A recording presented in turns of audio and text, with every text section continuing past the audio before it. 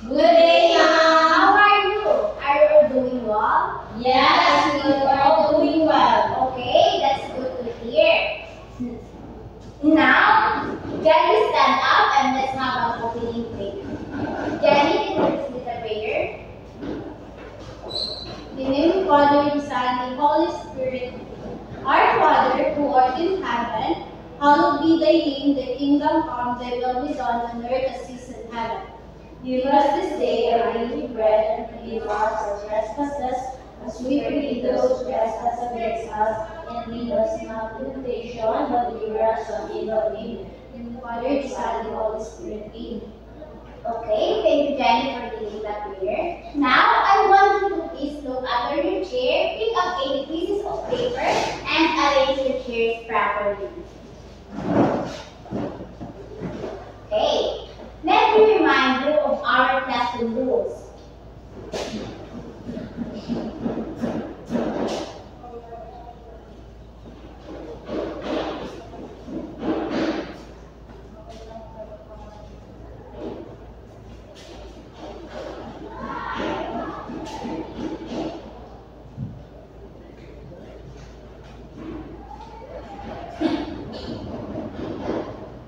Our classroom rules is respect others, follow instructions, be prepared and responsible, and the last one is to maintain a safe and positive environment.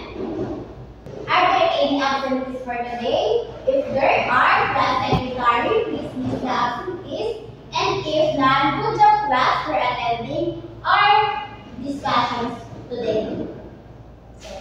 Last meeting, we discussed about dissemination. Do you have any questions about it? None, ma'am. Okay, that's good to hear. Just always remember that in finding the summation, you just need to follow the formula and ensure that you are all adding the terms correctly. So, before we proceed to our next discussion, let's play a game called Correct Me. I have here a set of jumbled words and I want you to correct it to form the correct words. Okay, can you proceed?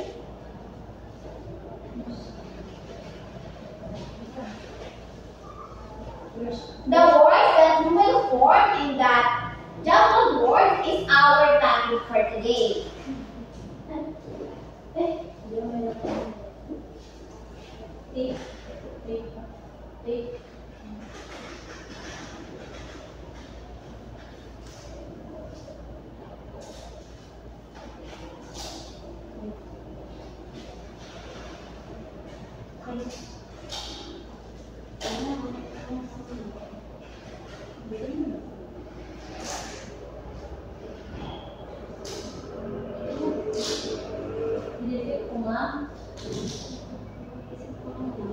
Okay, Nina, what is the words that you formed? Measures of central tendency. Okay, thank you. You are correct. The topic that we are going to discuss is all about the measures of central tendency. But before that, let me present the learning objectives.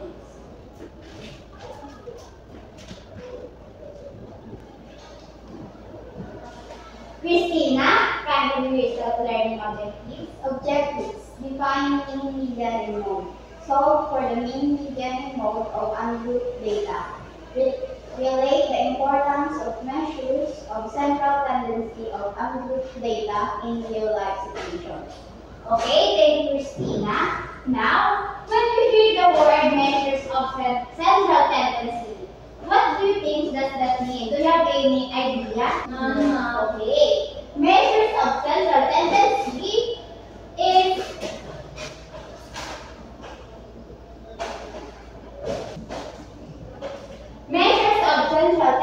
it is simply an average or type of value in a set of scores. It is also a statistical tools that can be used to summarize a set of data. There are 3 measures of central tendency: the mean, median, and mode.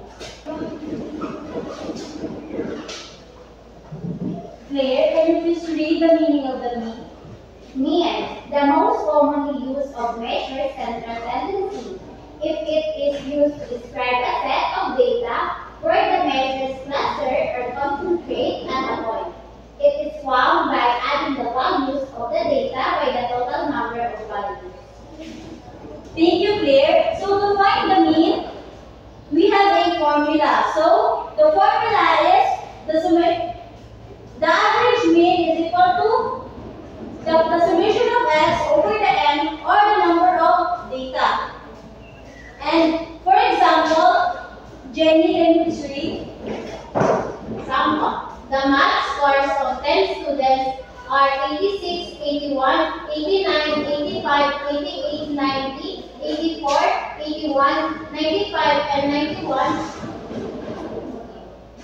Okay, so to find the mean, we're going to put all scores or the math scores of the 10 students. We're 86, 81, 81, 89, 85, 88, 90, 84, 81, 95, and 91. So, i-add natin ito and paano nakuha yung 10? Saan nakuha yung 10? Christina, saan nakuha yung 10?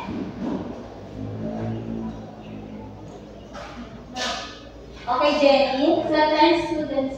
Very good, Jenny. So, i-divide natin ito and ang total ng sum of all scores is 87 and i-divide natin sa 10 which is the 10 students. So, 870 divided by 10 is equal to 87. So, the mean grade of the 10 students is 87. So, maliwanag ba? Yes, ma'am. I have here another example and you're going to answer it in your notebook.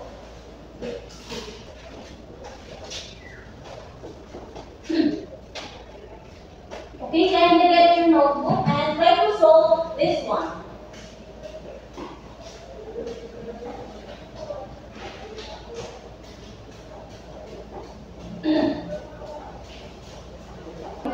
Okay, can you please answer the example number 2?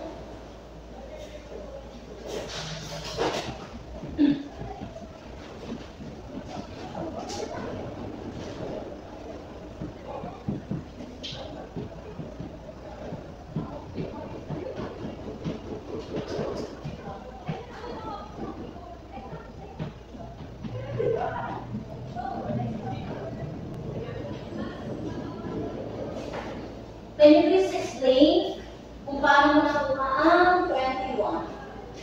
Okay, ito po yung formula. Ginawa ko po is, pinag-add ko po yung summation of x, which is 15 plus 20 plus 25 plus 15 plus 30, and divided by 5 because there are 5 layers, and the total of the summation of x is 105 divided by 5 is equals to 81. Okay, let's try to check. Parehas ba ang sagot ni Claire? Parehas ba ang sagot ni Claire? Yes, ma'am. Okay, so do you understand how to solve the mean? Yes, ma'am. Okay, let's now proceed to the second measures of central tendency.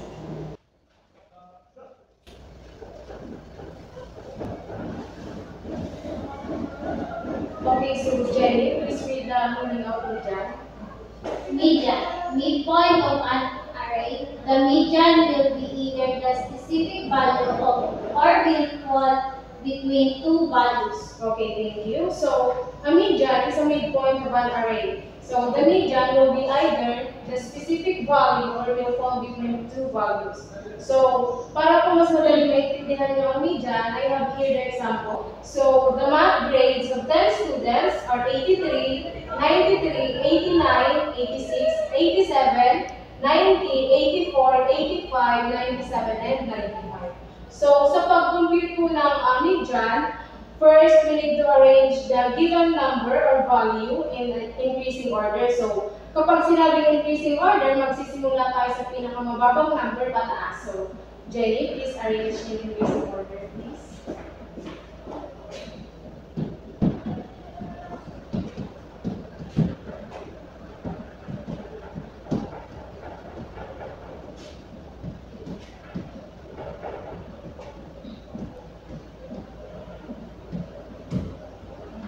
Okay, thank you so much.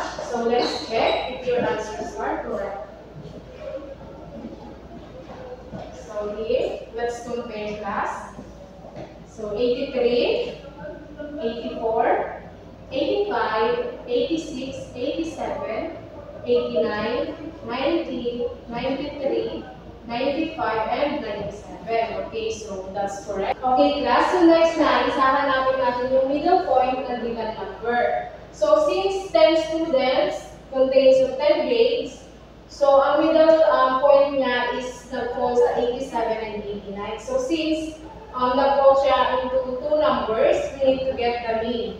So sa pagkuha ng mean, sabi nga, i-add natin yung number and then i-divide sa kung ilang number yung inad natin. So 87 plus 89 is equal to 176 divided by 2 is 88. So therefore, the median is 88. So nag-gets po ba class? Yes, ma'am. Okay, so I have here another example po.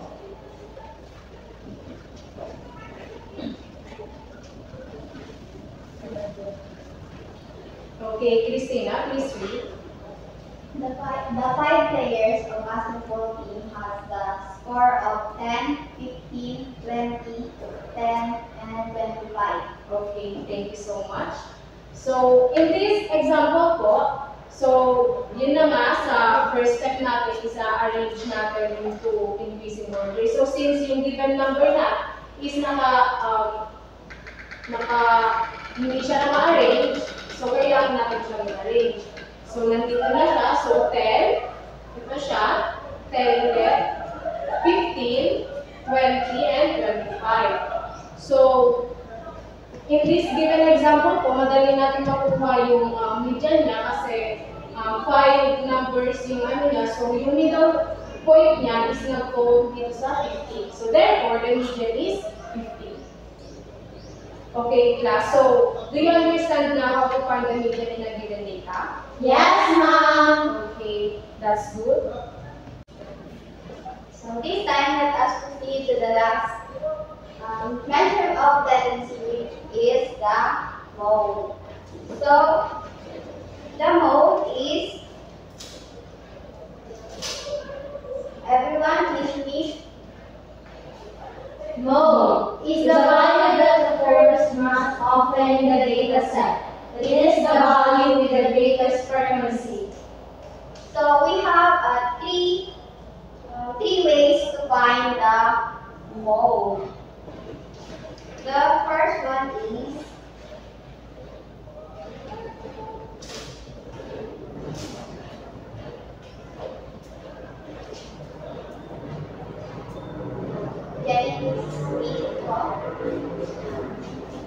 First, select the measures that appears the most often. So the example is the score of 10 students in their pre-test and post-test of 22, 23, 20, and 23, 24, 25, 26, 23, 24, and the last is 27. So sa nakikita niyo po, alin po yung nag-appear ng madalas dito po sa number? 23. 23. So therefore po, the mode of the given set is 23 kasi po siya po yung madalas na nag-appear. So bakit po hindi 24? Since nag-appear din siya ng 2 beses. Yes, tama po. Thank you po. Tama po. Nag-appear po siya ng 23 ng 3 times and yung 24 is 2 times na. Kaya, ang mode po natin is 23.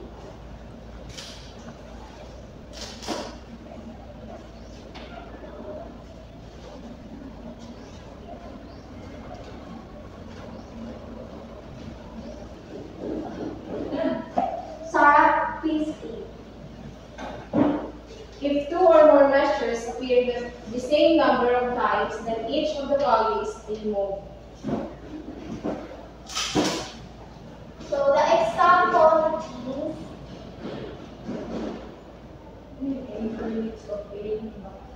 the weight of 8 boxing players are recorded as follows. 206, 215, 206, 305, 228, 301, 301, and 266. So, sa nakikita niyo po, alin po yung nag-appear ng madalas? 206 and 301. So, therefore po, ang mode po natin is the 206 and 301. So, the last is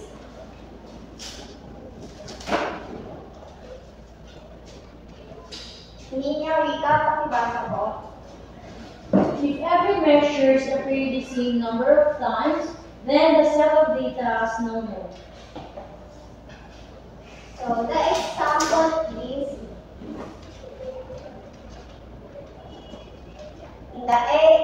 in the MPAP competition, the 10 participants have the score of 21, 19, 20, 20, 23, 30, 23, 30, 21, and 19. So, sa nakikita niyo po, alin po ang mas nag-appear ng madalas? Sige po, Jenny. 20 po and 23. Ay, mali yung mo. 20, 21. Any other answer po? So, sa nakikita niyo po, lahat po sila nag-appear ng tagdadalawa, di ba? So, wala po tayong mode. Therefore, the given set of data has no mode. Okay, naintindihan po ba ang discussion? Yes, ma'am. Do you have any question from our discussion for today, class? Yan, ma'am. Okay, so now I will remove this.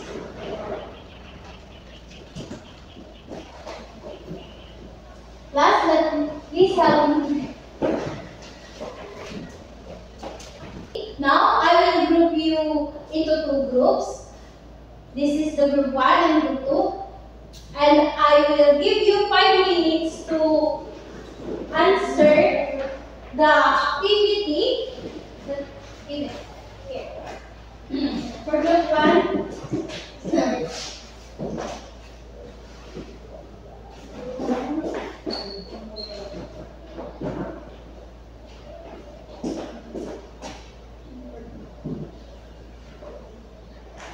okay, you have 5 minutes.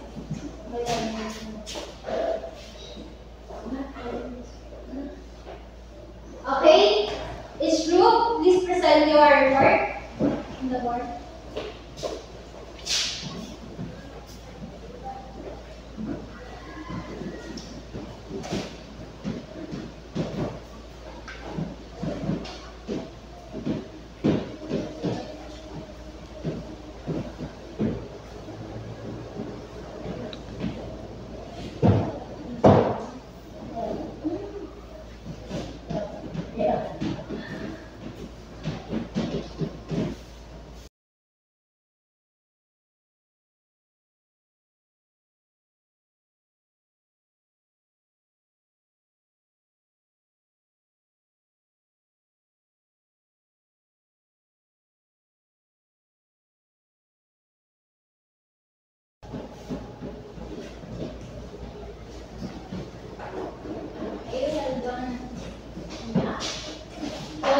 Yung naunang, the group, naunang natapos is the group 1. So, Miss Vinya, please explain your answer. Okay, so the question number 1 is, find the mean, median, and mode of the following set of data. The data below shows the score of 20 students in math quiz. So, mean po, bakit po naging 34? Kasi, inadip po yung 25 plus the 33, 35, 45, 34, 26, 29, 35, 38, 40, 45, 38, 28, 29, 25, 35, 39, 32, 27, 47, and 45. So, that will be 680. And Yung N is the 20 students. So, pinag-divide ko, so the total is 34. So, in median naman po,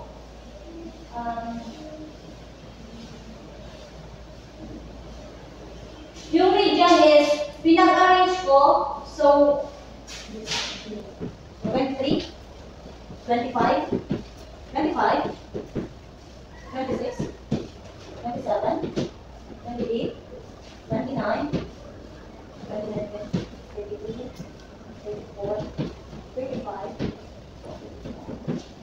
38, 30,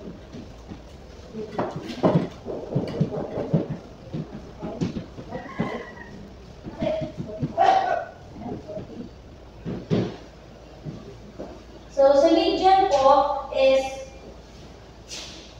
pinag-add ko lang po yung midpoint, which is the 10 and the 11 numbers. So, 1, 2, 3, 4, 5, 6, 7, 8, 9, 10, and 11. So, 34 and 35. So, 34 plus 35 divided by 2 is 34.5. And sa mode naman po is, yung pinaka-madaling na ulit is 45. That's correct. Give them a round of applause. 121. So, how about the group 2? Please present your answer. Okay po. So, the teacher wants to calculate the average score of her class to assess overall performance. So, the scores of the 10 students are 72, 85, 90, 88, 76, 95, 80, 85, 92, and 78. So, find the mean, median, and mode. Okay, so, to find the mean, i-add po natin lahat ng scores. So, 72 plus 85 plus 90 plus 88 plus 76 plus 95 plus 80 plus 85 plus 92 plus 78 is equivalent to 841 divided by 10. So, therefore, our mean is 84.1. So, yung median naman po, first, we need to arrange in increasing order. So, 72, 76, 78, 80, 85, 85, 88, 90, 92, and 95. So, yung middle point niya is nag-appear dito sa 85 and 85. So, we need to say ang median natin is 85. And yung mode naman is 85 po kasi dalawang beses na ulit yung 85. So, that's all for 82. Thank you. And that's also correct. Give them a round of applause, please. And that's all. So, since you already know how to solve the median, mean, and mode, now explain how to find and to solve the mean and median and mode.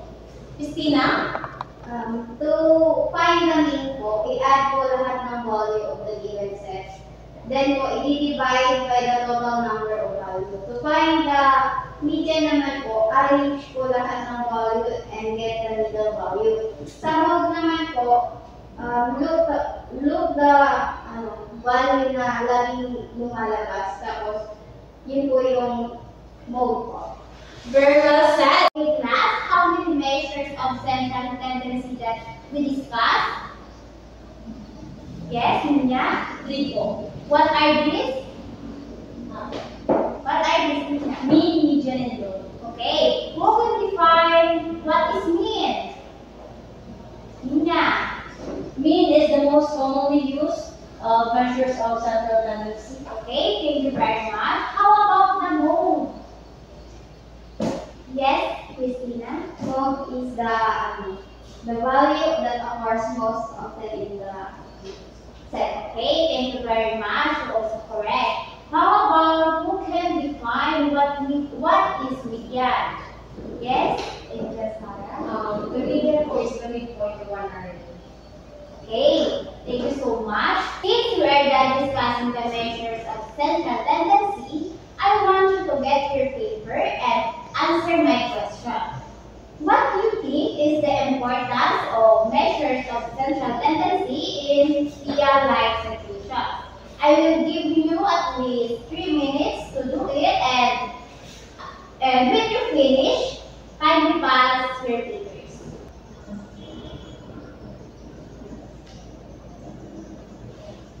Okay, class, tapos na po ba? Yes, ma'am. Okay, pass your papers. Now, let's have a third quiz. Direction. Use the data to solve for the mean, median, and mode of the given set of data. You will just choose the correct letter for you to answer the question. Okay. The scores of 16 students in their exams in Mathematics A: 35, 37, 42, 25, 35, 45, 40, 27, 38, 28, 32, 33, 42, 49, 44, and 48. Number 1. Find the mean of the given data. A. 35, B. 30, C. 35, or D. 25. Number 2. What is the median scores of the given data? A. 40, B. 27, C. 28, D. 42. Number 3. Determine the value appears the most often in a given set of data. A. 33, B. 35, C. 44, or D. 25. Last one. It is the most commonly used of measures central tendency. A. Mode, B. Data, C. Mean, or D. Median. Okay, are you already finished? Yes, ma'am. Okay, kindly pass your papers. Okay. Since we are done discussing the measures of central tendency of ungrouped data, for your assignment, I want you to study how to solve the measures of central tendency of group data. And that's all for today. I hope you've learned something for our discussions for today. Goodbye, class.